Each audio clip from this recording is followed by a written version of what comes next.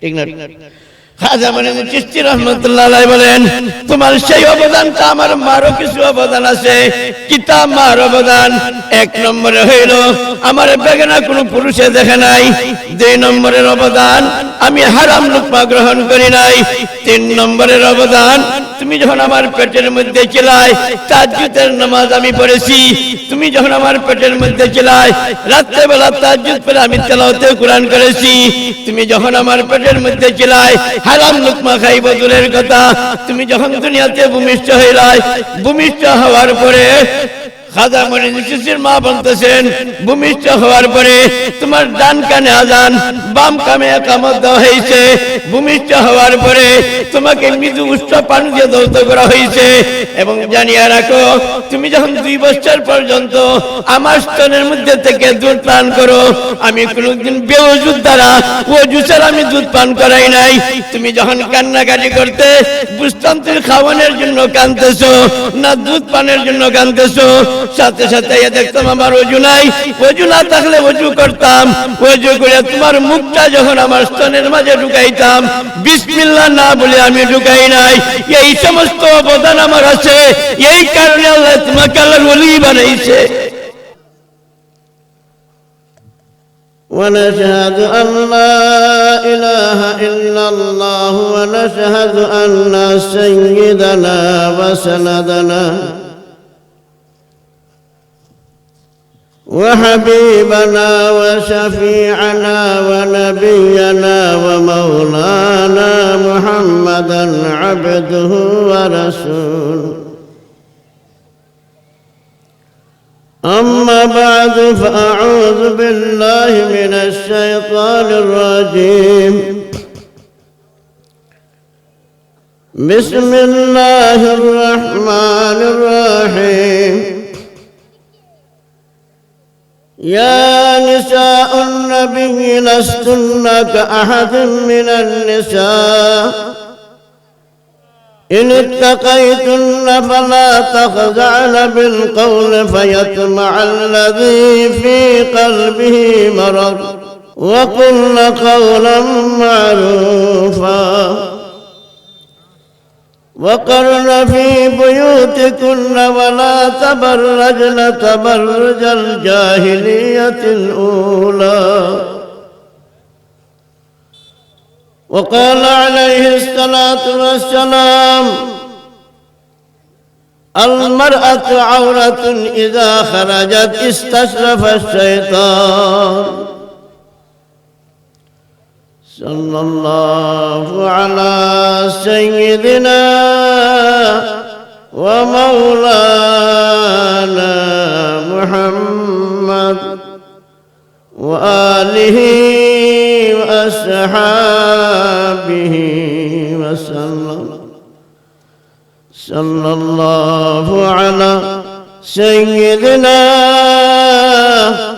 ومولانا محمد وآله وأصحابه وسلم. দেশ মুক্তপাড়া আল ইখওয়ান ইসলামী যুব সংঘের উদ্যোগে ২য় বার্ষিক ইসলামী মহাসম্মেলন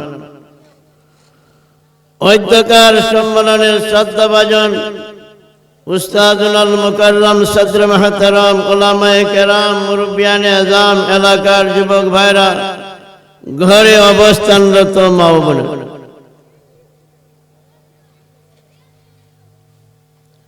আমি যে বিষয়টা আপনাদের সামনে তুলে ধরতে চাই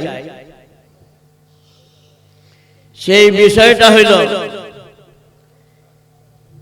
চীন কাপড় যে কোম্পানি যে কলকারখানা থেকে কাপড় তৈরি হয়,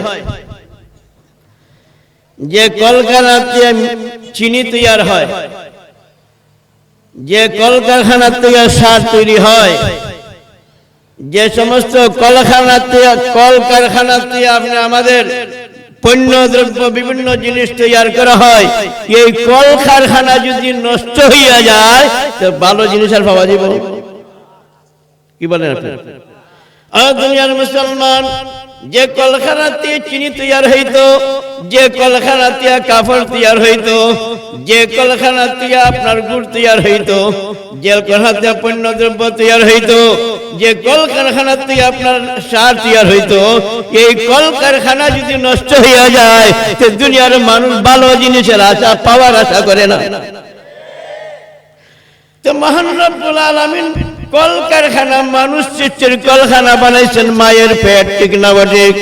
আল্লাহ তাআলা মানুষ সৃষ্টির কলকারখানা বানাইছেন মায়ের পেট।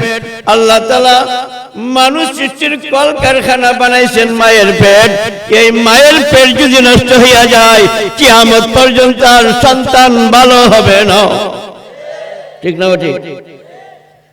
কলকারখানা নষ্ট হইতেছিনি, কয় বদ্ধ করে থাকবো না, স্বামীর কথা মানবো না, আফার কথা বলবো না। নাই তার স্লোগান শুনুন না আপনারা। কয় কিসের ঘর কিসের বর, ঘর যদি হয় মার দর, শাক সুটকি খাবো না, স্বামীর কথা মানবো না, আমার দেহ আমার মন, কোথায় কেন অন্যজন, রাতের বেড়া ভাঙবো, স্বাধীনভাবে চলবো। মানুষ জন্ম নিবার কারখানাটা নষ্ট হইতেছিনি। এরপরে কয় সমান অধিকার দিতে হবে, দিতে হবে, নারী পুরুষ ভেদাভেদ নাই, সব সমান অধিকার।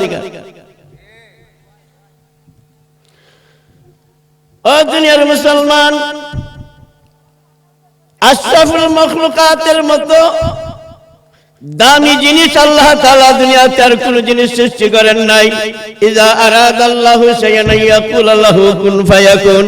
আল্লাহ যদি কোন জিনিস সৃষ্টি করার ইচ্ছা করে তে আল্লাহ বলতেছেন ফায়াকুন, ইজা আরাদাল্লাহু শাইআন ইয়াকুল লাহু কুন ফায়াকুন, তুমি হইয়া যাও, হইয়া যায়। ঠিক তেমনি ভাবে আল্লাহ আসমানকে বলছেন হইয়া যাও, হইয়া গেছে। জমিনকে বলছেন হইয়া যাও, হইয়া গেছে। আল্লাহ পাহাড়কে বলছেন হইয়া যাও, হইয়া গেছে। পানি সমুদ্র সাগরকে বলছেন হইয়া যাও, হইয়া গেছে। জিন জাতিকে আল্লাহ বলছেন হইয়া যাও, হইয়া গেছে। ফেরেশতারে আল্লাহ বলছেন হইয়া যাও, হয়ে গেছে। সূর্যকে আল্লাহ বলছেন হইয়া যাও, হয়ে গেছে। চন্দ্রকে আল্লাহ বলছেন হইয়া যাও, হয়ে গেছে। তারকারাজিকে বলছেন আল্লাহ হইয়া যাও, হয়ে গেছে। 18,000 মখলুকাতকে আল্লাহ বলছেন হইয়া যাও, হইয়া গেছে। 80,000 মখলুকাতকে আল্লাহ বলছেন হইয়া যাও, হইয়া গেছে। কিন্তু আল্লাহ কোন মানুষকে আমি হইয়া যাও, হইয়া গেছে কইয়া বানাই নাই, আমি আল্লাহর কুদরতের হাত দিয়ে বানাইছি। মানুষে যদি আল্লাহর কুদরতে হাত দিয়ে বানাইতে হয়, মানুষের দাম কি কম? والتين والزيتون وطور سينين وهذا البلد الأمين لقد خلقنا الإنسان في أحسن تقويم।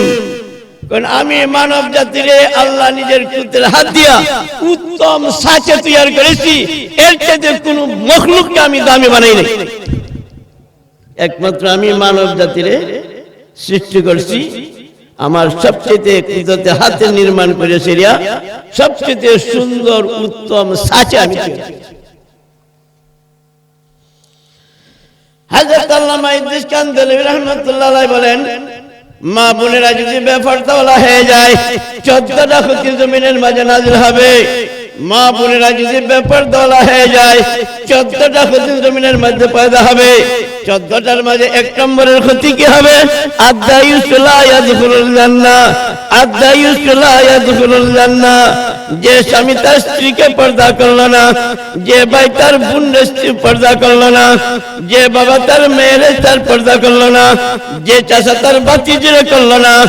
বাবা যদি গার্জেন থাকে তার মেয়েরে পর্দা করা ফরজ। বাবা যদি মারা যান চাচা তার ভাতিজির পর্দা করা ফরজ। চাচা যদি না থাকে ভাই তার বোনের পর্দা করা ফরজ। বিয়া দেওয়ার আগ পর্যন্ত বাবা চাচা ভাই পর্দা করা তাদের উপরে ফরজ। বিবাহ দেওয়ার পরে স্বামীর উপরে ফরজ, স্ত্রীকে পর্দা করা ফরজ।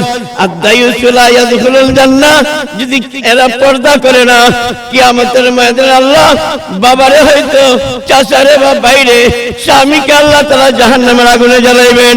একটা বেপরদা জিন্দেগির জন্য আল্লাহ তাআলা 7,000 বছর জাহান্নামের আগুনে জ্বালাইবে। পর্দার জীবনে কম করছি, মানে শুন বহু করছি 2-3 বছর ধরে পর্দা রাজ করি না। 1 নম্বরের হতি তোমরা যে কও সমান অধিকার দিতে হবে, সরকারে কই দিলাইছে সব সমান। কেমনে সমান হইল? আপনি দেখেন, আপনার চাকরির মাঝে গিয়া দেখেন, ব্যাংকের মাঝে গিয়া দেখেন, বিদ্যালয়ের মধ্যে গিয়া দেখেন, প্রতিষ্ঠানগুলির মাঝে গিয়া দেখেন, হাসপাতাল গিয়া দেখেন, মাতৃসদন গিয়া দেখেন, কলকারখানায় গিয়া দেখেন, ব্যবসা বাণিজ্য গিয়া দেখেন, চাকরির জীবনে গিয়া দেখেন, অর্থনৈতিক জীবনে দেখেন, রাজনৈতিক জীবনে সব সমান হয়ে গেছে। বুঝছেন না? বুঝছেন না?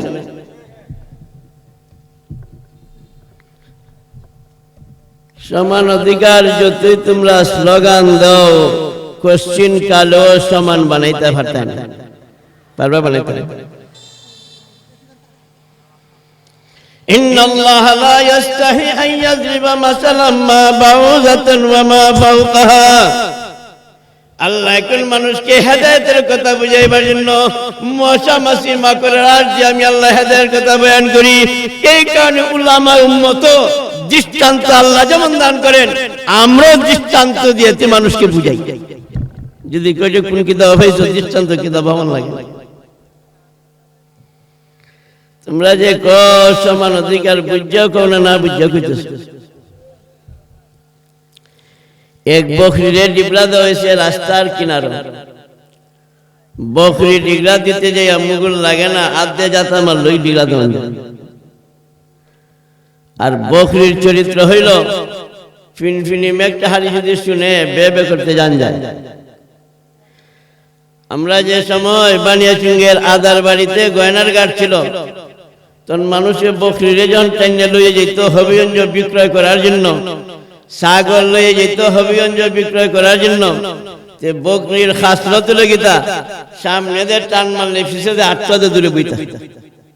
ডাইনে নিলে বামে যায়, আর বামে গেলে ডাইনে যায়, সামনে নিলে পিছিয়ে যায়, পিছনে গেলে সামনে যায়। চরিত্র না? আর যদি ছাগল আর যদি রাগ আইসে যায় আর একটা বই আসার মেরি দেয়, বকরি গানি খতম হয়ে যাবে। ঠিক না? ঠিক। আর বকরি যদি কোনো চিল্লা চিল্লে আওয়াজ শুনে, চিল্লা চিল্লের আওয়াজ শুনলে পরে বকরি ভেবে পেরেছে খুঁটা পর্যন্ত দৌড় আরম্ভ করে। এরকম করেন না করেন? কোন মেশিন টেশিন যদি আর মানুষের বর্তমান জমানার মানুষের অভ্যাস হলো, যেন দেখবা মানুষের সংখ্যা বেশি ইকান দিয়ে রায় দেয়। ব্রাহ্মণবাড়িয়ার এনজিওর ফুরেনতে রাস্তার মাঝে নামছে, হই হই রই রই মোল্লা গোষ্ঠী গেল কই, হই হই রই রই ফতোয়াবাজরা গেল কই। দর্শক যে আছে ব্যবসায়ী হল, উস্তাদ দাঁড়াইয়া দেখতেছে, কয় এখন কয় কি তা জানুননি? দর্শক হলতে কয় মোল্লা হল রে দর্শক বুঝবাই গো। হেরা শুনল যে হই হই রই রই মোল্লা গোষ্ঠী গেল কই, হই হই রই রই ফিতনাবাজরা গেল কই, ফতোয়াবাজরা গেল কই। এখন আবার এরাই মাটল আমছে। এরা যখন ইটপাট কে লইয়া মাটল আমছে, অন ফুরিনতে ফেলাইছে তো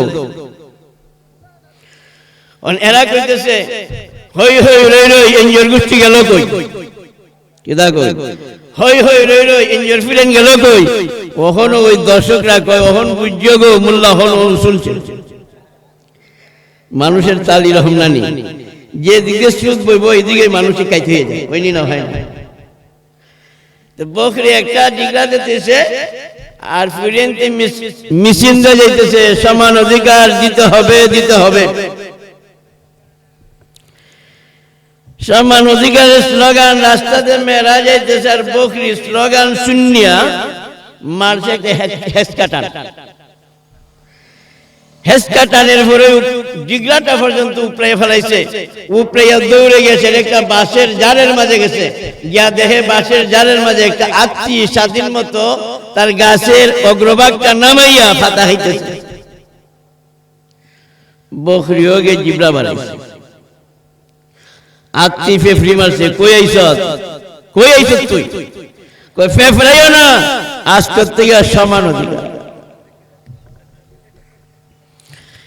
আর থেকে বুঝছি রে সমান অধিকার স্লোগানে লাগাল ভেজে ধরে আমার সাথে তাল মিলাইয়া পাতা খাওয়ার জন্য তুই আসছ, তুইও খা আমিও খা।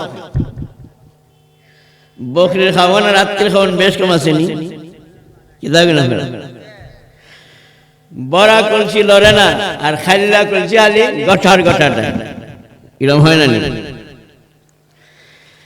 স্বাধীন মতে হাতি বাঁশের পাতার আগা খাইতেছে, বাঁশের পাতা খাইতেছে, বকরি এক কামড় দেয় আর করবে আর গুড়ায়, এটা তার চরিত্র না নি, এক কামড় দেয় আর হালি করবে আর গুড়ায়,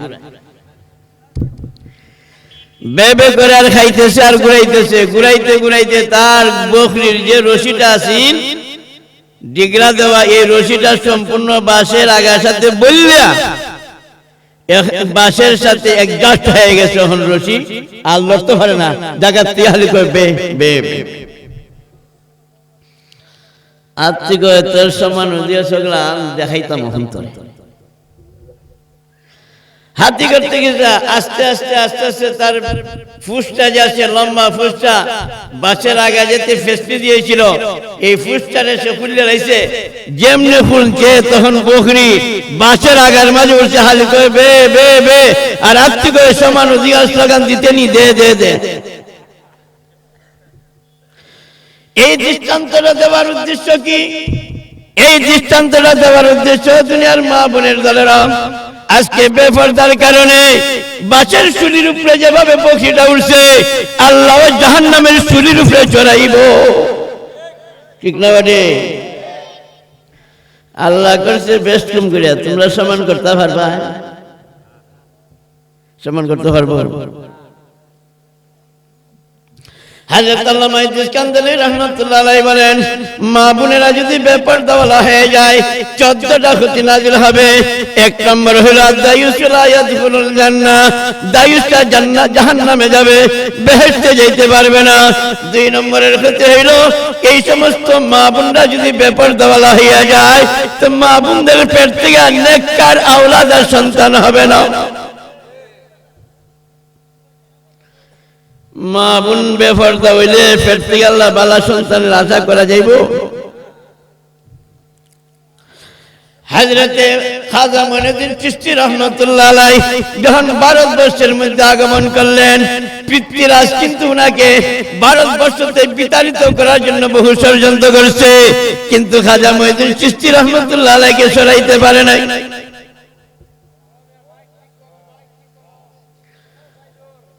খাজা মঈনুদ্দিন চিশতি রাহমাতুল্লাহ আলাইহি ভারতবর্ষে আগমন করার পরে দেখতেছে আস্তে আস্তে মানুষ মুসলমান হওয়া ধরছে। কিতাবের মধ্যে বর্ণনা করেন খাজা মঈনুদ্দিন চিশতি রাহমাতুল্লাহ আলাইহির আগমনের পরে হযরত খাজা মঈনুদ্দিন চিশতির চেহারা দেখিয়া, আমল এবং আখলাক দেখিয়া, চেহারা দেখিয়া, আমল এবং আখলাক দেখিয়া ভারতবর্ষের মধ্যে 90,000 মানুষ মুসলমান হইয়া যাও।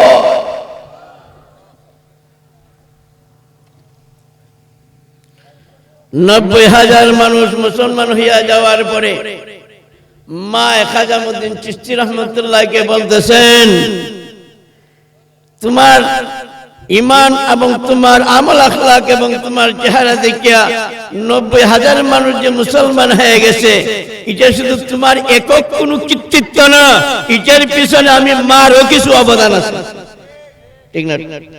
খাজা মঈনুদ্দিন চিশতি রাহমাতুল্লাহ আলাইহি বলেন, তোমার সেই অবদানটা আমার মারও কিছু অবদান আছে। কিতাব মার অবদান 1 নম্বরে হইল আমার বেগানা কোনো পুরুষে দেখে নাই। 2 নম্বরের অবদান আমি হারাম লুকমা গ্রহণ করি নাই। 3 নম্বরের অবদান তুমি যখন আমার পেটের মধ্যে ছিলাই তাহাজ্জুদের নামাজ আমি পড়েছি। তুমি যখন আমার পেটের মধ্যে ছিলাই রাতে বেলা তাহাজ্জুদ পড়ে আমি তেলাওয়াতে কোরআন করেছি। তুমি যখন আমার পেটের মধ্যে ছিলাই হারাম লুকমা খাইব দূরের কথা, তুমি যখন দুনিয়াতে ভূমিষ্ঠ হইলাই, ভূমিষ্ঠ হওয়ার পরে খাজা মঈনুদ্দিন চিশতির মা বলতেছেন ভূমিষ্ঠ হওয়ার পরে তোমার ডান কানে আজান বাম কানে ইকামত দেওয়া হয়েছে। ভূমিষ্ঠ হওয়ার পরে তোমাকে মৃদু উষ্ণ পানি দিয়ে দৌত করা হয়েছে এবং জানিয়ে রাখো তুমি যখন 2 বছর পর্যন্ত আমার স্তনের মধ্যে থেকে দুধ পান করো, আমি কোনোদিন বেওযুর দ্বারা ওযু ছাড়া আমি দুধ পান করাই নাই। তুমি যখন কান্নাকাটি করতে বুঝতাম তুমি খাওয়ানোর জন্য কাঁদতেছো না দুধ পানের জন্য কাঁদতেছো, সাথে সাথে দেখতাম আমার ওযু নাই, ওযু না থাকলে ওযু করতাম, ওযু করে তোমার মুখটা যখন আমার স্তনের মাঝে ঢুকাইতাম বিসমিল্লাহ না বলে আমি ঢুকাই নাই। এই সমস্ত অবদান আমার আছে, এই কারণে আল্লাহ তোমাকে আল্লাহর ওলি বানাইছে। মাইকে বুঝা গেল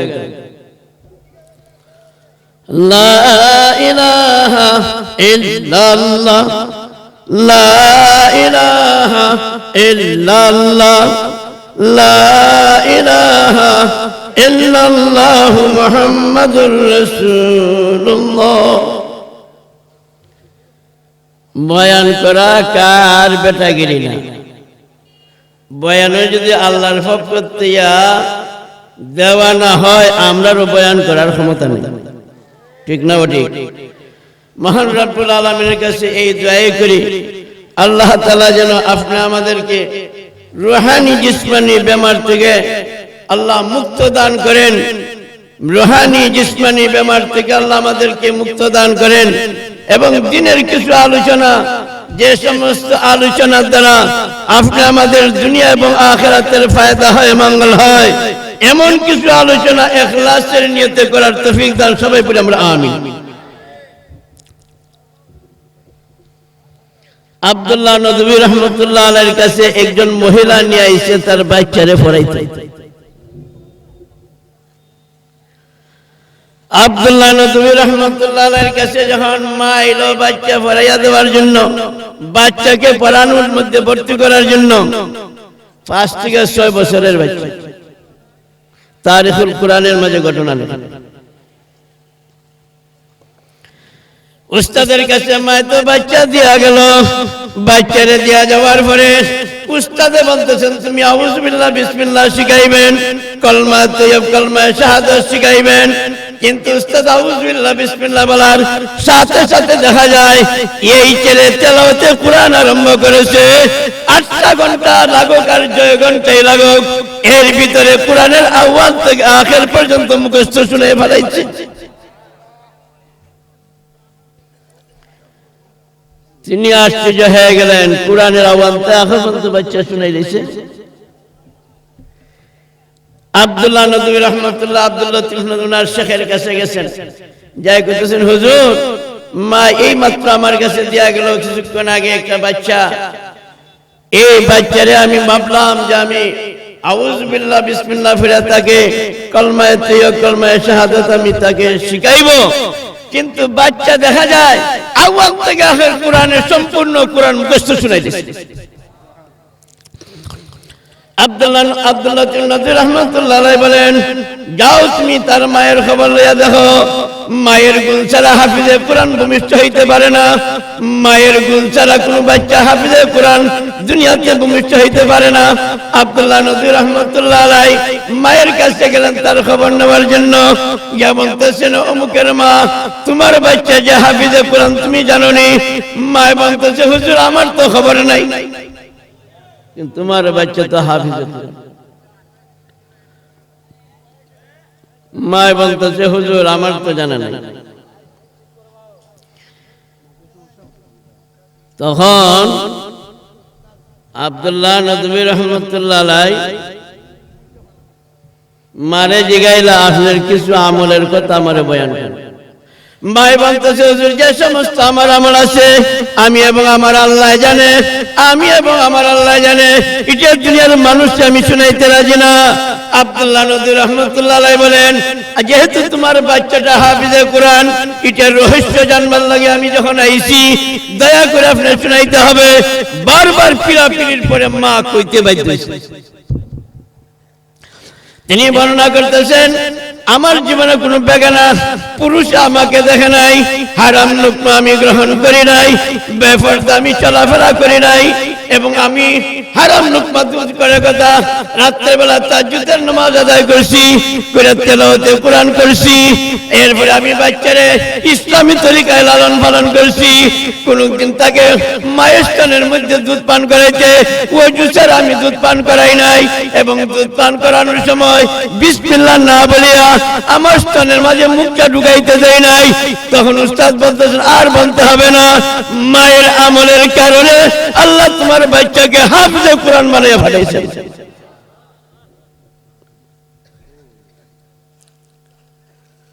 এই মা বোনরা যেভাবে রাস্তাঘাটে এখন বাইরেছে, এই রাস্তাঘাটে বাইরনের বিষয়টা আমরা যত আজ করতেছি কিন্তু বাড়তেছে আরো বেশি। ঠিক না? আপনারা কি কোনদিন কল্পনা করছিলা যে মা বোনরা বাজারে গিয়ে মার্কেট করব? কোনদিন কল্পনা করছেন মুরব্বীরা?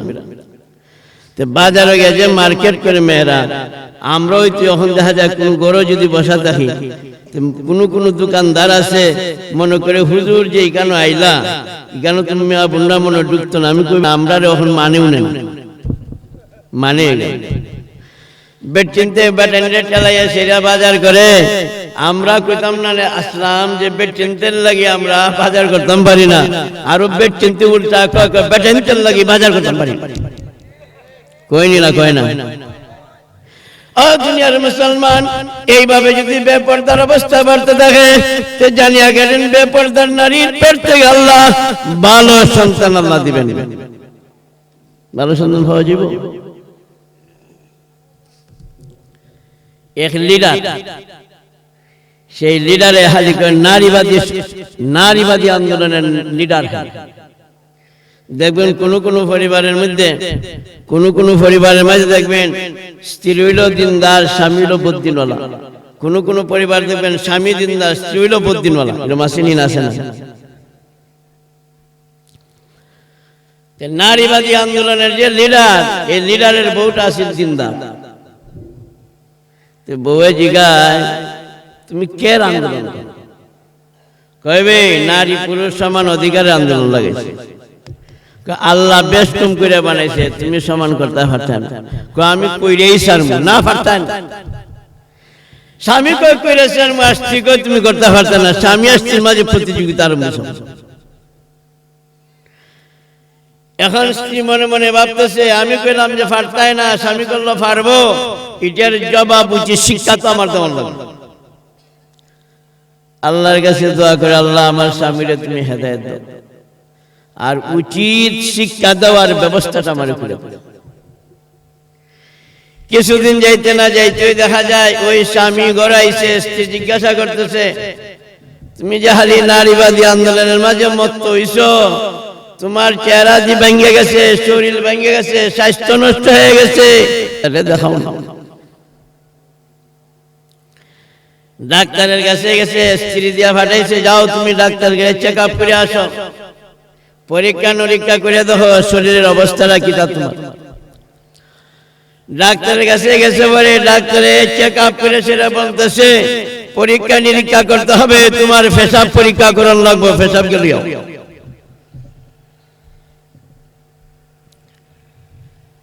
এই লিডার যখন বাড়িতে এসে স্ত্রী জিজ্ঞাসা করতেছে ডাক্তারে কি বললো, বলছে পেশাব পরীক্ষা করতে হবে।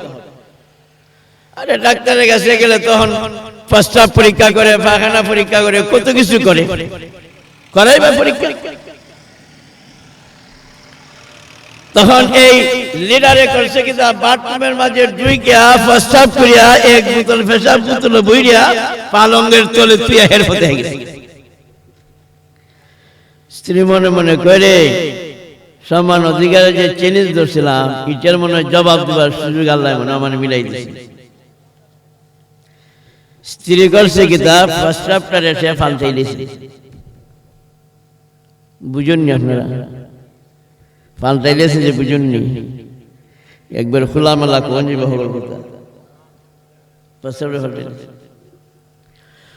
প্রস্রাবে ফালটানির কারণে মনে মনে ভাবতেছে যে আমার একটা বিজয়ের নিশান আরম্ভ হয়েছে, বিজয়ের লক্ষণ দেখা যাচ্ছে। এখন স্বামী যখন বাসার মধ্যে এসে স্ত্রী কইতেছে তোমার প্রস্তাবটা পরীক্ষা করে নিয়ে আসো, স্বামী তো ভাবতেছে তার প্রস্তাব কি তা গুণা করা, কিন্তু আসলে যে তার প্রস্তাব পাল্টালে যে স্ত্রী তার তো খবর নাই। আর ও তো স্ত্রী হইল 7 মাসের গর্ভ।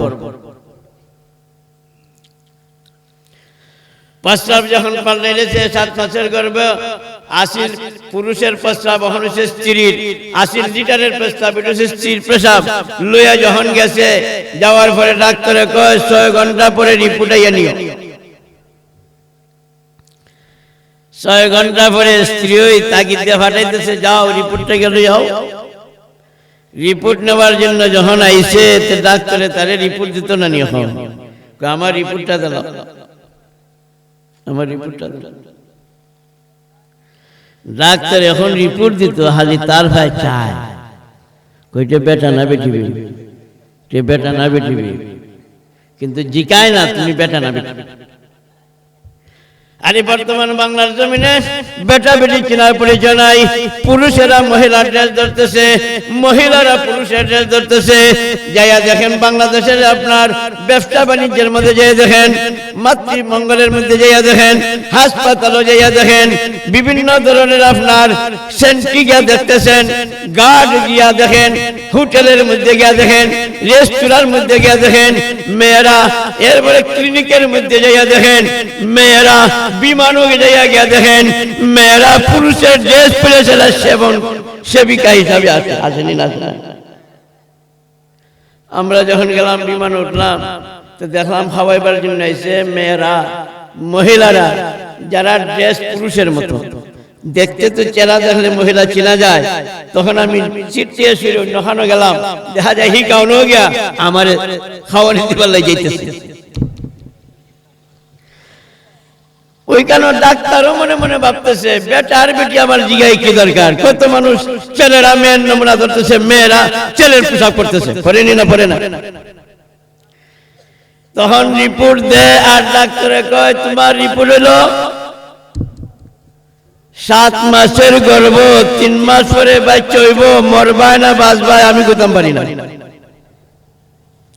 মানে হের 12টা বাজেনি এখন, কি তা গুণা করে হের 12টা বাজতেছে নি এখন।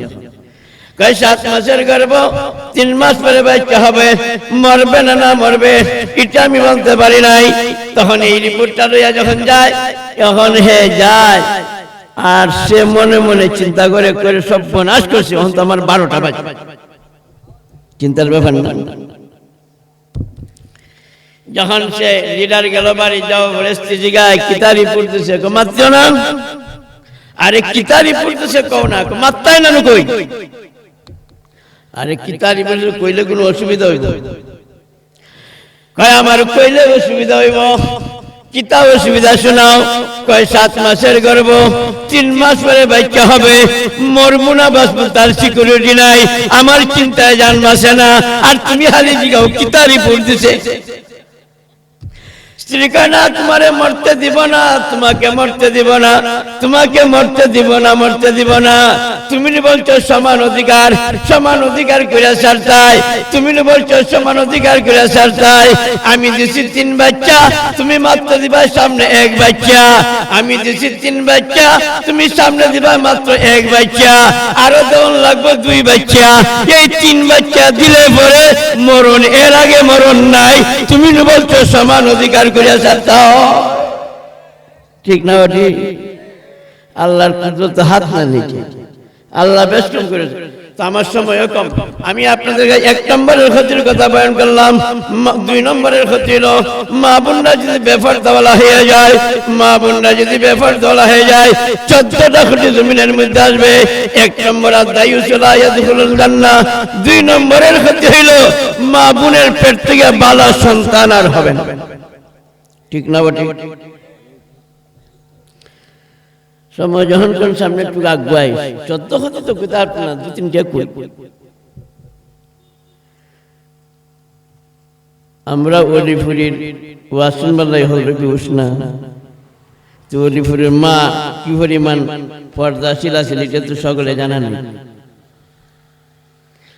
অলিপুরের বাপ গেছেন বাজারে, আর আইয়া যখন যে ঘরের মাঝে গাই ফাঁস লাগিয়ে মারা গেছে। এখন তাই না জিগাইলা যে তুমি গড় থেকে ফাঁস লেগে গাই মারা গেল, গাইটারে তুমি ফাঁস কাটতে দিলেন। তার মায় বলতেছেন বলুন তো দেখি, আমারে বিবাহ করে আনার পর থেকে কোনো বেগানা পুরুষ আমারে দেখতেছিনি, হাঁটি বাড়ির কোনো বেগানা পুরুষ আমারে দেখে নাই।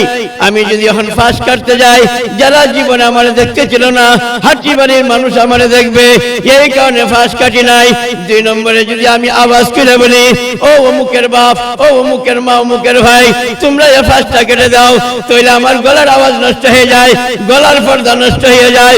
গলার পর্দা নষ্ট হবে বিদায় এবং আমাদের শরীরের পর্দা নষ্ট হবে বিদায় আমি আপনার 1000 টাকার গাড়ির মায়া ছেড়ে দিচ্ছি, তবু আমার পর্দা নষ্ট করি নয়। আমরার মতো মানুষ যদি ওই তো কইমু পর্দা মারাউরির ঘরের পর্দা মারাউরি আগের পতলা তোরে ফিট পাতারে কয়েকটা দিলই, ঠিক না বটি? ঠিক তেমনি ভাবে দুনিয়ার মুসলমান পর্দাশীলা মা ছাড়া হক্কানি আলিম তৈরি হইতে পারে না। পর্দাশীলা মা ছাড়া আল্লাহ এই মায়ের পেটে নবীদের জন্মদান করেছেন, এই মায়ের পেটে ওলিদের জন্মদান করেছেন, মায়ের পেটের মধ্যে আল্লাহ তাআলা ওলি আব্দুল গোস কুতুব দান করেছেন, এই মায়ের পেটে আল্লাহ নেককার আওলাদ দান করেছেন। বেপর্দা নারীর পেটের ভিতর দিয়ে নেককার আওলাদ হবেন। ঠিক আছে, তোমার যখন পর্দা নষ্ট হয়ে যাবে এই কারণে ফাঁসটাও কেটে দিলাই না, এরপরে তুমি অকল্যাণ না, মুগ্ধ করে দিলাই না, তোমার আওয়াজের পর্দা নষ্ট হয়ে যাবে। যাও আমার গাই চলে যাও, আমি তোমার উপরে অত বেজার হইলাম না, আমি তোমার উপরে কোনো আচ্ছা হইলাম, এটার কোনো প্রতিকারও আমি আনতাম।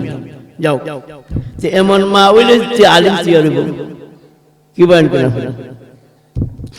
3 নম্বরের ক্ষতির কথা বয়ান করছেন, মা বোনেরা যদি বেপরদাওয়ালা হয়ে যায় তো আল্লাহ তাআলা তার মধ্যে মা বোনদের দাম আর ইজ্জত আল্লাহ কমাইয়া দিবে। মা বোনদের দাম কমছে না বাড়ছে? হন বাড়ছে, সুবহানাল্লাহ। এখন বিয়া শাদী দিলে একজনে কয় হুজুর আমার আল্লাহ 4টা মেয়ে দিছে, 4টা আত্মীর খোরাক জোগাড় করার লাগবে। কেন? বর্তমান জমানায় কিন্তু অনেক ছেলে আছে মেয়ে বিয়া করে, অনেক ছেলে আছে রঙিন টিভিরে বিয়া করে, সুপার সেটে বিয়া করে, হুন্ডারে বিয়া করে, এনওসিরে বিয়া করে। তোর বাবা যখন, মেয়ের বাবা যখন বিদেশ আছে তো আমার একটা এনওসি দিত না? কিন্তু প্রকৃত মেয়ে বিয়া করার মকসদ না, আসলে আমার পয়সা আমাকে এখন তো যেভাবে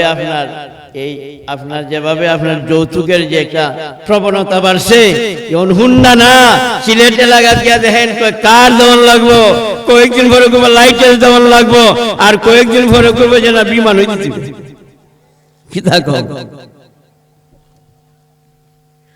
ও দুনিয়ার মুসলমান, মা বোনেরা যদি বেপরদাওয়ালা হয়ে যায় মেয়েদের দাম আল্লাহ তাআলা কমাই দিবেন, মেয়েদের মূল্য আল্লাহ হ্রাস করে দিবেন। কেমনে হ্রাস করে দিবেন? মা বোনরা যদি বেপরদাওয়ালা হয়ে যায় এটার দাম থাকবে না, আল্লাহ দাম কমাই দিবেন। দিছেন না? দিছেন না? আগের জমানায় মেয়েরা বিয়া দিতে গিয়া মেয়ের বাবা কিন্তু খরচ মুখ আসেন, বরং তো ছেলের বাবা ওই কিন্তু আসেন খরচ মুখ আসেন, ঠিক না? ঠিক। কিন্তু আমার মেয়েরে যে তোমার ছেলের কাছে বিয়া দিতাম, মোহর কত দিবাই, কত 1000 টাকা হাজানি দিবাই, সাজানি কত 1000 টাকা দিবাই, মোহর কত দিবাই, স্বর্ণ কয় বড়ি দিবাই, এগুলা ছিল আলোচনা। দেখো, আর মেয়ের বাবা যে ছেলের কাছে বিয়া দিত দেখতো ছেলেটা ভালো কিনা, ছেলেটা ভালো কিনা সেটাও পরীক্ষা নিরীক্ষা করতো। তো মেয়ের বাবা একদিন দেখে ওই ছেলের কাছে বিয়া দিব তাস খেলার আড্ডার মধ্যে, তখন বাড়িতে মেয়ের বাবা আলাপ করতেছে যে ছেলের কাছে কি দিতাম বিবাহ, সে তো তাস খেলার আড্ডার মধ্যে। এই রিপোর্টটা যখন ছেলের কানে গেছে, ছেলে কি করছে, যে মেয়ের বাবা যে মসজিদে নামাজ পড়ে টুপি পাঞ্জাবি লাগাইয়া গেছে মসজিদে, যাওয়ার কারণে বাড়ি দিয়ে সেরিয়া মেয়ের বাবা কইবে আমি যে তার বিরুদ্ধে সমালোচনা করছিলাম তাস খেলার আড্ডাখানার কাছে তাকে নামাজ পড়ে না হেজি দেখা যায় আজকে টিফলিয়া মসজিদ নামাজও গেছিয়া মনে হয় ছেলের মাঝে মানার মাদ্দা আছে দেওয়ান যায়। আর ওখান যদি কোনো মেয়ের বাবা বলে এই ছেলের কাছে আমার মেয়ে বিয়া দিতাম না, নামাজ পড়ে না, তাস খেলার আড্ডার মধ্যে থাকে, ব্লু ফিল্মের মাঝে থাকে, সিটির মাঝে, ভিডিওর মাঝে থাকে, টাচ মোবাইল নিয়ে ছেলে উলঙ্গ ছবি দেখতেছে, ওখানের জমানার ছেলেরা কইব তোমার মেয়ে বিয়া করবার লাগে আমি লালাইতো নাই, নৌ কুমিল্লা নোয়াখালী গেলে আলি আলি বিয়া করে লুই দেখো। দুনিয়ার মুসলমান মা বোনরা যদি বেপরদা হয়ে যায় কমাইয়া দিবেন, এমন ভাবে দাম কমাই দিবেন ছেলের যৌতুকের কারণে আজকে কত মেয়েরে বিবাহ দেওয়া যাইতেছে না, যৌতুকের কারণে মেয়ের বাবা কত সমস্যায় পড়ে গেছে। কিন্তু 30 বছর আগে মেয়ে বিয়া দেওয়া কষ্টের কারণ ছিল না, খরচ মুখও ছিল, কিন্তু এখন মেয়েরাই নিয়ে বিয়া দেওয়াটা কষ্টের কারণ হয়েছে না।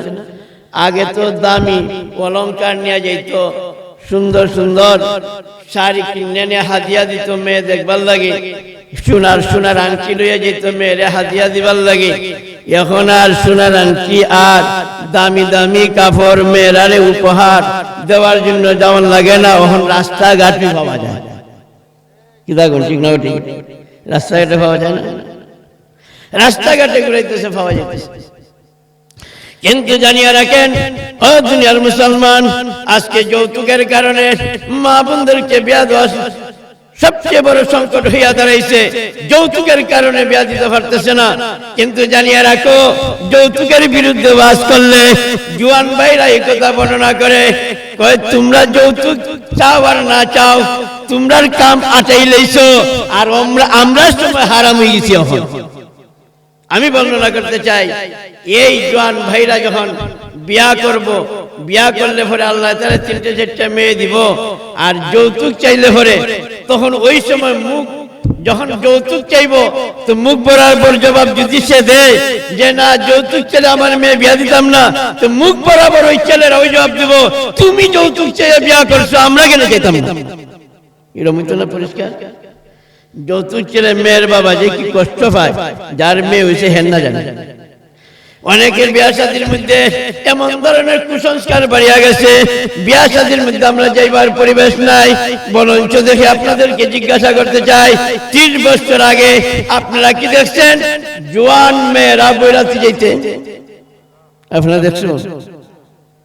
এখন জওয়ান মেয়েরা বৈরাতি যায় না? যায়নি না যায় না?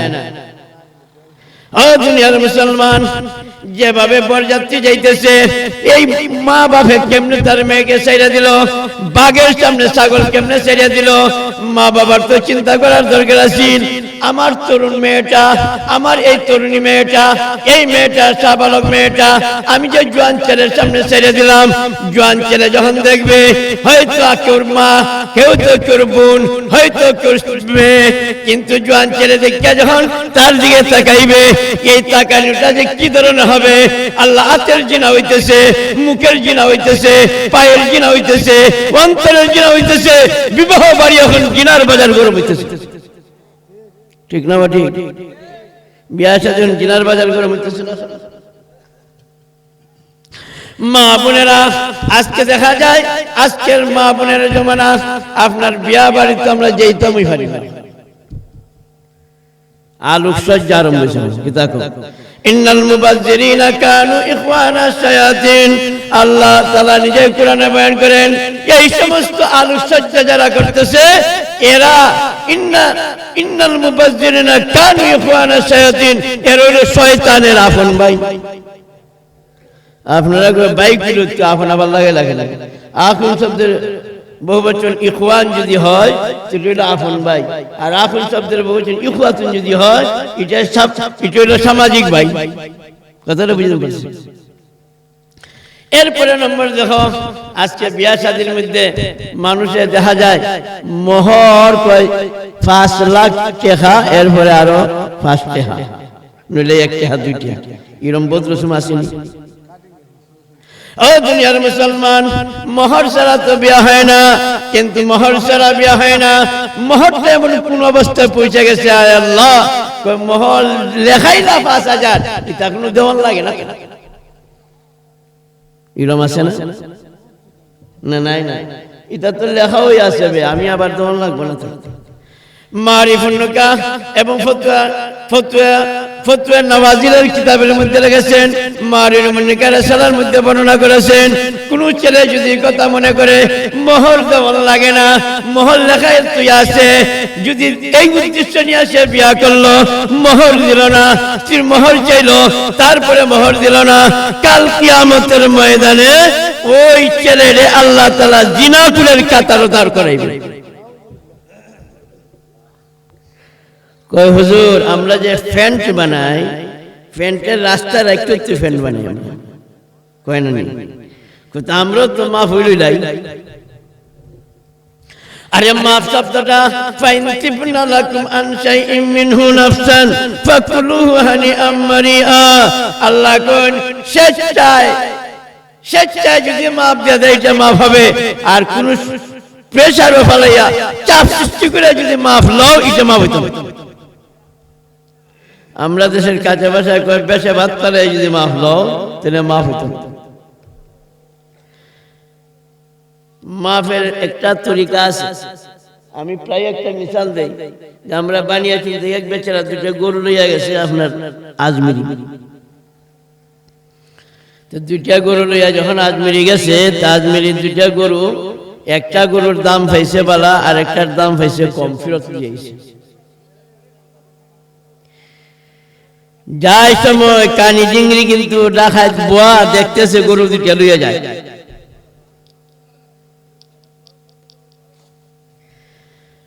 যখন একটা বিক্রয় করে আর একটা সাথে লইয়া আইলো, কানি জিংড়ি যখন ফেরত আইলো, তখন দেখা যায় ডাকাতে পিস্তল দেখে গে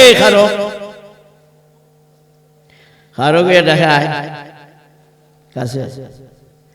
কাছে আনতে পরে পিস্তল দেখাইয়া কয় গরু দুইটা লইয়া গেলে, একটা লইলে ফিরত, আর একটা কিতা করছো? কয় একটা দাম পাইছি বালা, বেচে লাইছি, এটার দাম কম, কয় দিকে ফিরত নিয়ে আইছি।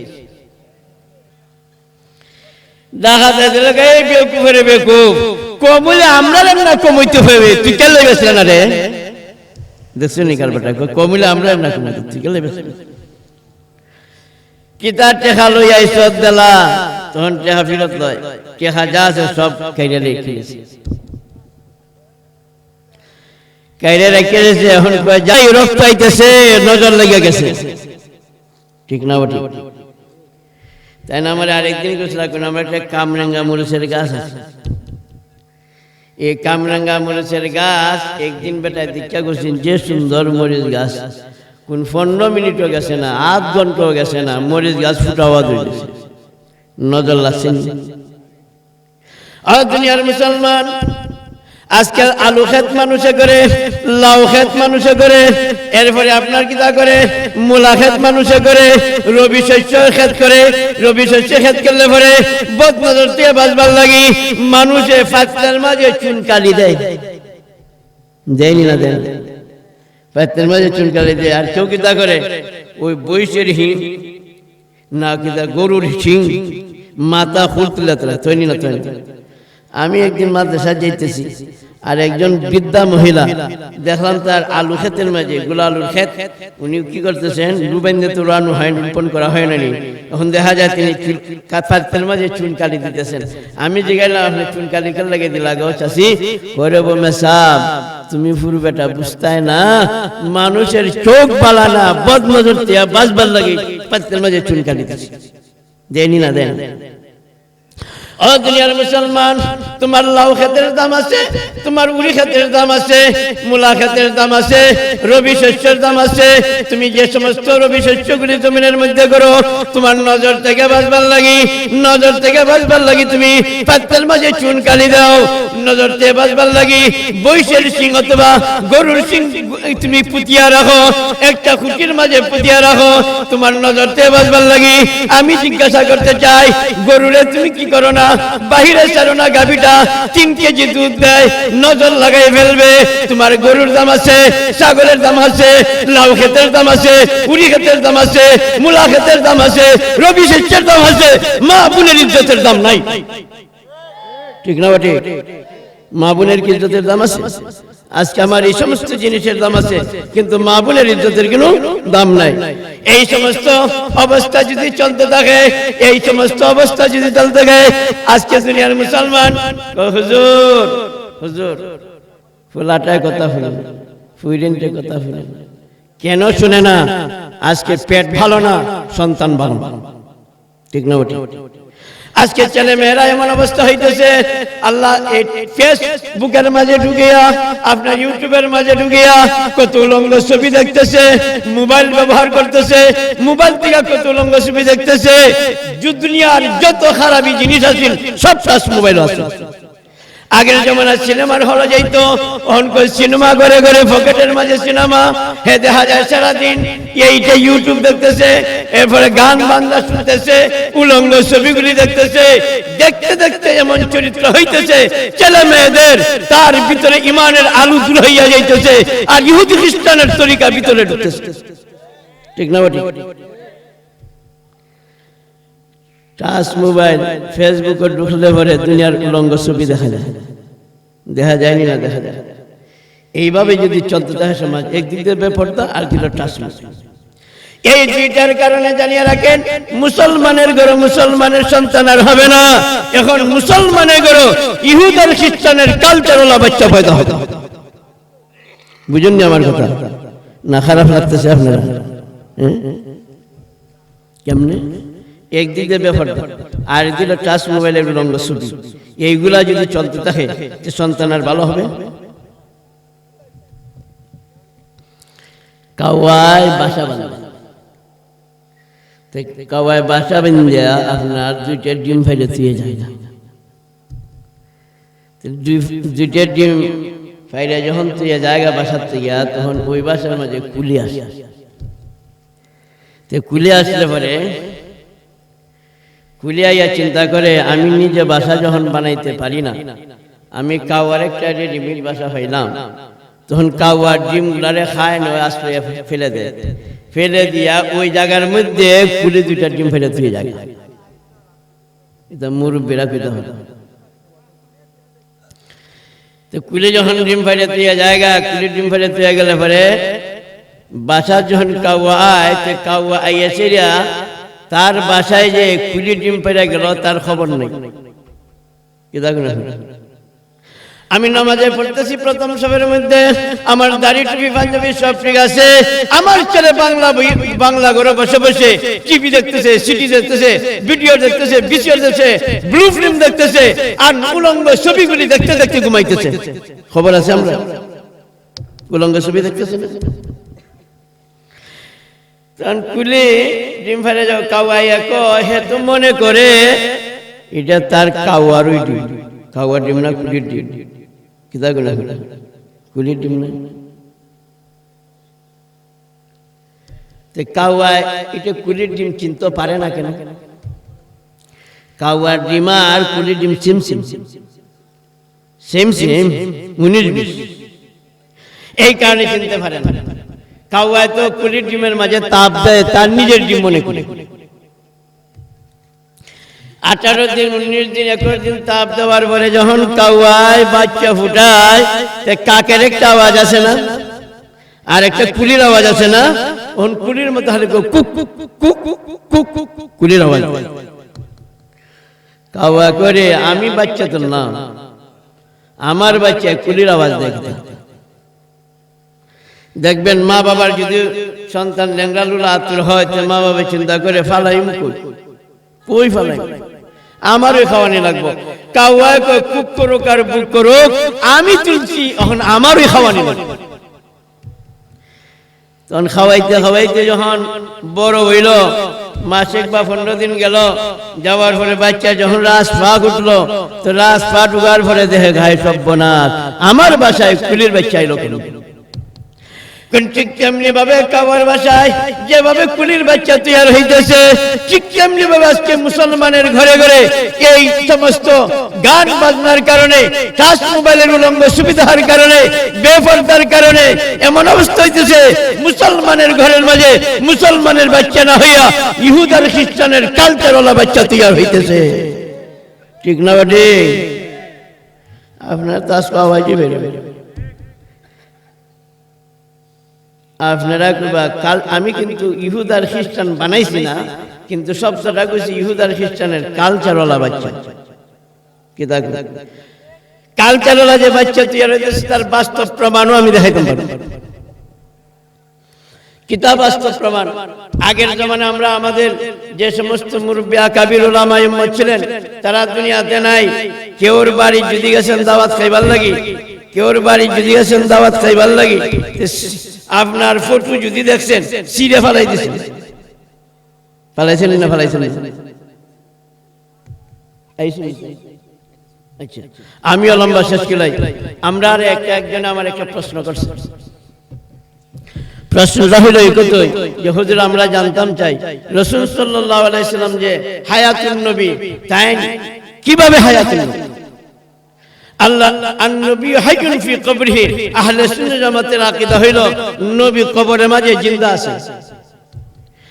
কিন্তু রাসূল সাল্লাল্লাহু আলাইহি সাল্লামের জানাজা কে পড়াইলো? আমরা হাদিসের রওয়ায়াতের দ্বারা প্রমাণ পাইছি আল্লাহ রাসূলের জন্য আমরা যেভাবে একজন ইমাম হইয়া অন্যান্য লোকেরা আপনার মুক্তাদি হইয়া নামাজ আদায় করে, এইভাবে না দলের দল আইছেন, এক দল আইছেন জানাজা পড়ছেন চলে গেছেন, আরেক দল আইছেন জানাজা পড়ছেন চলে গেছেন। কিন্তু আল্লাহ রাসূল সাল্লাল্লাহু আলাইহি সাল্লামের সামনে ইমাম হইয়া কেউ জানাজা পড়াইবেন এই সাহস করেন নাই, ওইভাবে জানাজা আদায় হয়ে গেছে। আল্লাহ রাসূল যখন দুনিয়াতে বিদায় হয়ে গেলেন, প্রাণবায়ী যখন বাইরে হইয়া যাব, প্রাণবায়ী বাইরে হইয়া যাওয়ার পরে আল্লাহ রাসূলকে যখন কবরের মধ্যে রাখা হইল, কবরের মধ্যে রাখা হওয়ার পরে আল্লাহ প্রাণবায়ী যখন রাসূলের রূহের ভিতরে ঢুকাইয়া দিলেন, এই রাসূলকে বলা হয় হায়াতুন নবী, সশরীরে জিন্দা। কথাটা বুঝতে পারছেন? এই সশরীরে জিন্দা, এই সশরীরে জিন্দা।